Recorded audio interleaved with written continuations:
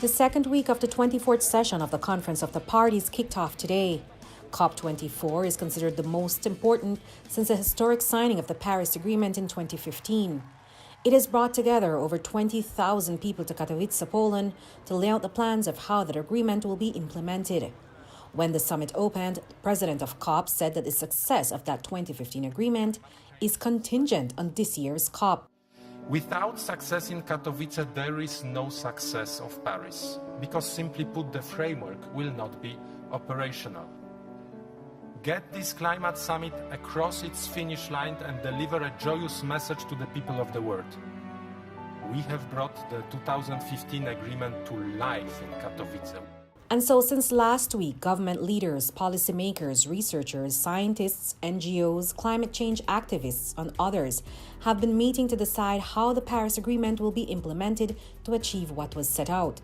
195 countries made the 2015 landmark decision to reduce carbon emissions and to keep global warming well below 2 degrees. L'accord de Paris pour le climat est accepté. But that agreement is not legally binding and doesn't have rigid timelines for countries to meet their pledges, which vary widely from country to country. These nationally determined contributions, the NDCs, are each country's own targets to tackle climate change and to reduce emissions.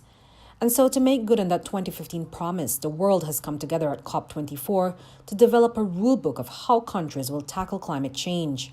Carlos Fuller of the Caribbean Community Climate Change Center, who's also a negotiator at COP24, explains.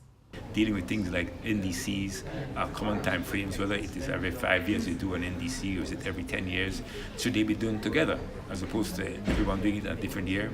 On the accounting procedures, how do you account for your NDCs? At present, there are different NDCs. Some say I'm going to reduce my greenhouse gases by X amount of tons. Others say I will be more energy efficient. Others say I will reduce the trajectory of how I'm developing. And so you have to develop a common metric to be able to measure one against the other. Unlike for the rest of the world, this COP is significant for Belize. Belize is a member of the Small Island Developing States.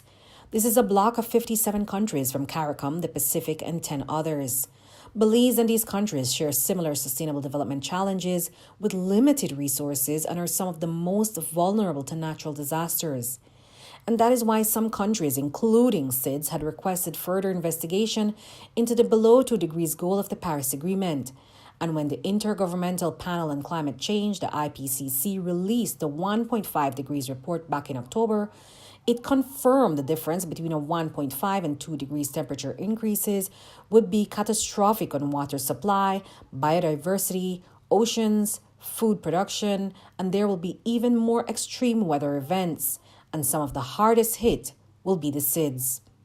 But moving from below 2 to 1.5 means more aggressive commitments to transition economies to clean energy. But last week, that report was shot down by a few big countries, including the USA and Saudi Arabia. Some countries are objecting to it because they do not believe that there was enough science went into it. However, I do not believe that is the case. Others recognize it is saying that we have to transform our entire energy strategy.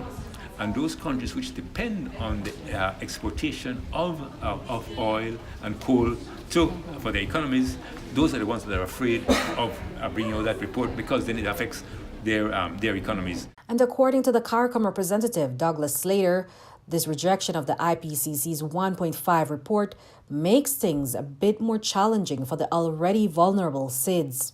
That is a challenge, and I think it will be important for us CARICOM countries to use whatever opportunity we may have at COP, out of COP, at international fora, in discussions with our development partners at every level, to present the findings of this report, to promote them and to promote our case. The SIDS negotiators believe this rejection of the 1.5 report may hold some implications, but CARICOM refuses to give in.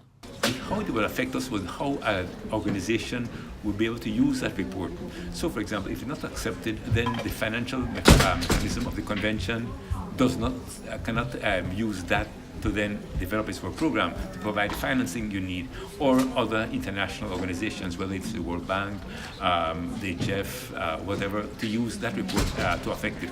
Reporting for News 5, I'm Andrea Polanco.